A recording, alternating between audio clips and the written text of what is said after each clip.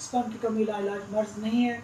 अगर बर वक्त इस बीमारी पर तवज्जो देना शुरू कर दी जाए इस मसले पर काबू पाया जा सकता है।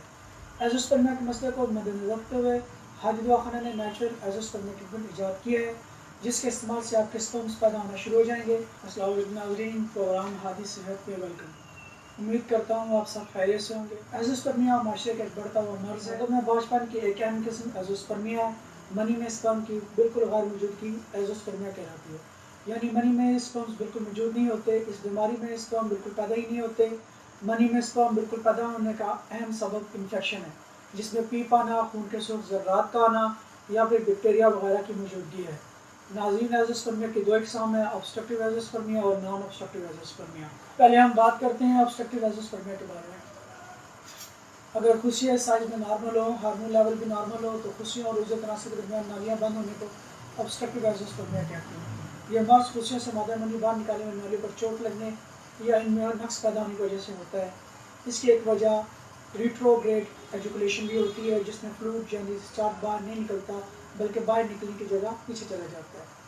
इसके अलावा हर्निया का ऑपरेशन भी इसकी अहम वजह है। इसकी दूसरी किस्म नॉन ऑब्स्ट्रक्टिव एज़ोस्पर्मिया है। इस बीमारी में मनी में स्पर्म का पैदा ना होना खुशियों की वजह से होता है, जिसकी वजह से खुशियों में नक्स होना, इसके अलावा खुशियों में पैदाइशी नक्स होना, हार्मोन लेवल नॉर्मल ना होना, खुशियों का इन्फेक्शन और तेज़ बुखार भी इसकी वजह बनता है। नॉन ऑब्स्ट्रक्टिव एज़ोस्पर्मिया की अक़साम है प्री टेस्टिकुलर और टेस्टिकुलर एज़ोस्पर्मिया।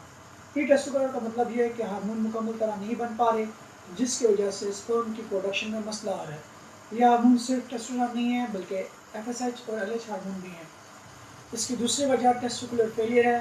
टेस्टिस मुकम्मल तरह स्पर्म पैदा नहीं करते हैं।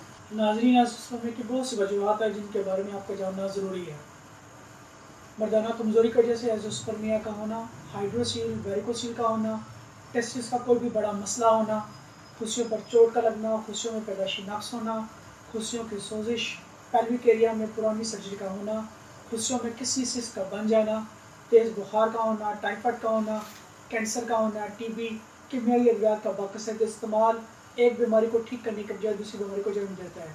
बचपन की बीमारियाँ, पेशाब या तौलूदी रास्ते में इन्फेक्शन का होना, जिनसी तौर पर मुंतकिल होने वाली बीमारियाँ, सिगनोशी स्पर्म के दुश्मन है। इसके अलावा सिगनोशी की वजह से स्पर्म बैज़ा के अंदर दाखिल नहीं हो सकता है, जिसकी वजह से बैज़ा बावर नहीं हो सकता। अगर आप सिगनोशी करते हैं तो उसूल इलाज ये छोड़ दें।